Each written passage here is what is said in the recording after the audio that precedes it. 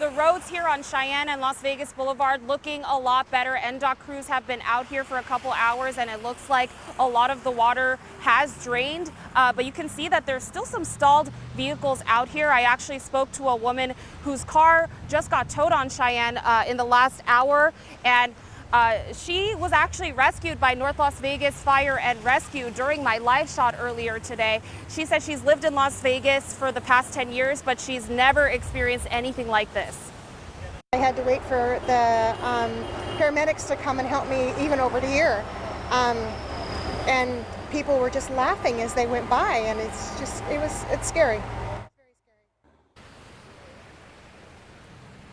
And Nevada Department of Transportation crews, again, are out here. I'm anticipating they'll stay out here until some of this flooding is mitigated. And back out here live, again, you can see some of the stalled vehicles that are out here on the roads on Cheyenne and Las Vegas Boulevard. Even though the roads are looking a lot better than in the last hour, I still would not recommend anybody to come out here because it is raining and we're expecting these conditions to continue throughout the weekend. I'll be keeping an eye out here, but for now, live in the Northeast Valley, I'm Jaewon Jung.